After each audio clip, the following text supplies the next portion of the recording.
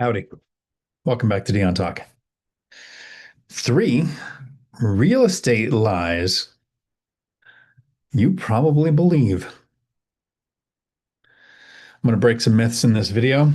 And if this is your first time to my content, my goal is to help the average individual understand that you can reach financial freedom, make work completely optional in 10 years or less, even if you're not starting from the best position. This is going to be a nice short video for those people who would never click on a 2-hour video. But if you want your questions answered during a live stream, every Tuesday at 4 p.m. Pacific, I do a live stream that lasts as long as the questions do. And for those people who like the information in the first minute of a video, here's the 3 lies I'm going to break down. The first one, the first myth in real estate investing, is that you have to scale fast in order to succeed. The second one is that cash flow is king. I hear a lot of people say that, and I irritate some people when I say, no, it is not. And the third thing is you have to invest with other people's money. Don't you be using any of your money to invest in real estate. That's why there's so many books out there that say, here's how you invest with low or no money down. None of your money in the deal. It bothers me when I hear people that fall for these lies in real estate because it often sets people up for failure. And when you watch a video like this, and it's a little more educational than my live streams where I answer questions and I'm trying to get into the specifics of what matters to you in the moment, I'm trying to convey a lesson for you. And most people can absorb 3 things. That's why I did 3 lies, 3 mistakes, 3 rules. When you get a fourth one, you don't lose the fourth one, you lose all 4. So if you see somebody with a long list of things, please take notes. And just to kind of prove that sometimes you can learn something and you have to open your mind in order to learn. I want you to understand something very simple that I teach to people if they're going to go to a meeting or to a job interview. And this is just to make a point that if you open your mind and you don't try to be argumentative, which feel free, come at me in the chat. I love a good argument. If you open up your mind, sometimes you can learn something. So I want to talk about those lies of, do you have to scale fast to be successful? Is cash flow king? And should you only invest with other people's money? All 3 of those I disagree with. But here's the simple concept of something that you can understand where maybe I could teach you something you didn't know 10 minutes ago. Let's take it if you're going to a job or an interview or a meeting with somebody and you don't want to be perceived as old. I want you to think of the concept of glasses. If somebody wears glasses, they're considered to be smart. Holy crap. I think she thinks I'm cute because she's blind. So if you watch cartoons or Big Bang Theory and you want to see somebody as a scientist who's smart, they portray them through almost every scene wearing glasses. Foghorn Leghorn was always picked on by the little smart kid because he was wearing glasses. If you want to be perceived as smart, you wear glasses. If you want to be perceived as old, put on glasses. What's the image that comes to mind? Somebody needing to see the menu in a restaurant or unable to read the text on their phone unless they've got their glasses on? Yeah, putting on glasses makes us look old. Wearing glasses makes us look smart. So if you're going to a meeting or a job interview, wear the glasses the whole time. So that's an example of something you might never ever thought of before in your life. So maybe I could break down these 3 lies or myths about real estate where I see Chesla's in the chat. Blind. The first thing is, do you have to scale fast to succeed? What is success to you? I have a definition for success, and it's a Dionism, something you might want to write down because you can only retain 3 things. This will be a fourth. I want you to understand the definition of success. If you want bragging rights for unit count, or you want to be able to talk about how big your portfolio is, because some people say size matters. It's weird. I've heard that somewhere.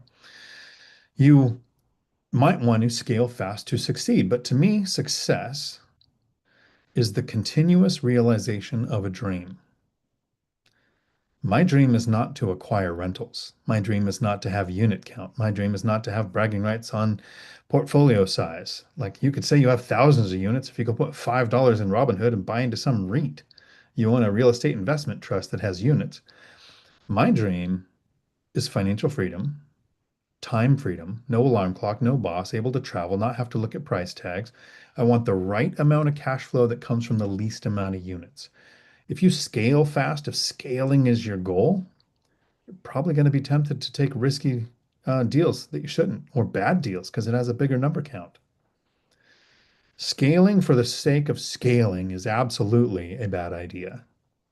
Scale to the right amount with a safe strategy that actually has a reasonable expectation of success is going to get you to your dream, whatever that dream is. That dream might be financial freedom. It might be generational wealth. It might not. It might be taking care of your future finances so you don't become a financial burden to your kids when you're too old to work. Whatever your dream is, it isn't going to come from having the drive to just add units. My friends who started their investing to grow units, like Cody Davis, scaled his portfolio huge.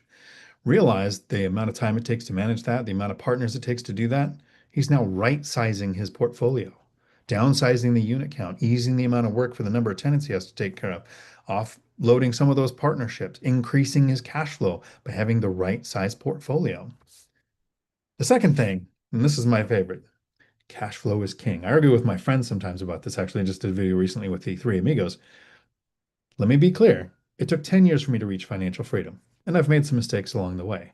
One of the things I do not think is a mistake is I bought some break-even deals. I bought a deal, I think lost money when I bought it. The rents didn't even cover the mortgage barely. Cash flow is important, and it is not king. You have to have all the pieces on the chessboard. And the strongest piece on the board is the queen, the able to move in the most directions, the longest distance, combining horizontal, vertical, diagonal. And no, Dan, the queen isn't the strongest piece just because the chessboard looks like a kitchen floor. It's because it takes all of those pieces working together. The king is limited. Cash flow is important. But if you buy for cash flow, you're probably going to buy in a market that might have high turnover. It might not be safe. There might be a reason why the property value, the price was so low that you could generate cash flow based on the rents. But are you looking to deal with the headache that you have to deal with in that bad, unsafe neighborhood or that high turnover property? Buying real estate as with cash flow as the only reason you're buying the real estate is like dating somebody because they have a really nice car. And then you find out they live in it. I want to own properties that generate cash flow. It is a metric. I want properties that limit tenant turnover, side by side units, washer dryer hookups, safe neighborhood, not in a good school district because that increases tenant turnover, increases your property taxes. I want properties with pet-friendly fenced yards. I have all of these criteria that go into picking a property, whether it's a good deal or a bad deal. Cash flow is a metric. It is not king, and it is not the metric. And the third thing, this one gets to me too, not as much as cash flow is king, but the people who think, I need to invest in real estate with other people's money. The worst reason is because you don't have any. If you are incapable of managing your finances to the point where you can save a down payment, closing costs, money for immediate repairs, you're not magically going to understand how to deal with money if you bought a property that had cash flow. Start with saving, work on your credit score. There are ways to invest with OPM where you don't use any of your own money. And this is sexy, it's flashy, it's got all the bling and the dazzle and the bedazzling you could do to it. People will say, well, I don't have any money, and I've heard I could wholesale. I don't need any money. I buy a property on paper without any money because it's for sale for less than it's worth. I find a buyer who pays what it's worth or a little less, and I keep some of the difference. I create money without using any of my own. That's not investing. That's a job. You have created an episodical way of increasing your income. You stop working, the money stops coming in. And how many states are putting a stop to wholesalers not having licenses? How about the one that gets the most attention is this Burr method. You buy a property. You can do this with none of your own money. You borrow hard money, enough hard money, which means it has a short time to be paid back, probably a higher interest rate, but who cares? Because you're going to buy a property that needs a bunch of work. You borrow hard money to buy the property. The hard money pays for the rehab. So you buy it, you rehab it, now you rent it out, and it probably doesn't make money at this point because the hard money has that higher interest rate. But after it's rented out, you refinance it to long-term debt, and you now have a property that cost you less than it's making you. And it makes more than it costs you. So you have cash flow that you generated from the Burr method with none of your own money. But there's a lot of slips twixt a cup and a lip. An example is, what if the rehab takes longer than the hard money timeline? What if the rehab cost was underestimated and now it takes you more money than you borrowed to fix it and you don't have any of your own money? What if, like my friend Millennial Mike, who did it smart, had a portfolio, had cash flow, started some burrs, and during the buy, rehab, rent out phase, interest rates tripled. So when he goes to refinance it out at the end, that cash flow he was expecting, while still positive, was significantly less than what he was expecting when he started. There's so many ways for the burr to mess up that when you're starting out and you don't have money and you think, I've heard I can get started in real estate with none of my own money in the deal. It's so risky that we don't hear about the people who failed. We hear about the few who succeeded. And for about a decade, when interest rates were trending down and prices were trending up, people could be really bad at the Burr method, at flipping, and the market fixed their mistakes. Prices went up, so if you underestimated the value, the market corrected it.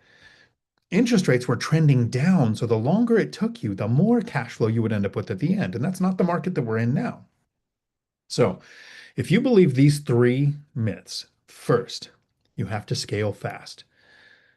What is your definition of success? Is it that you just want a bunch of units? What if each unit is losing money every month? How many more can you handle? Is it cash flow is king, but the properties you buy become a nightmare for you to own and manage? Is it using other people's money so much to the point that you're counting on bankruptcy as being an option in the future? These are lies and myths about real estate. I hope I at least made you think. There are other ways of doing it, and I have hundreds, probably thousands of videos here on my channel. And every Tuesday at 2 p.m., that's why I love doing these live. Every Tuesday at 4 p.m. Pacific, I do a live stream that lasts as long as your questions do. And it's my goal to find people who don't see clearly and showing them they might not know everything, and there is more for you to learn. And these would give me a headache in about 5 minutes. Ciao.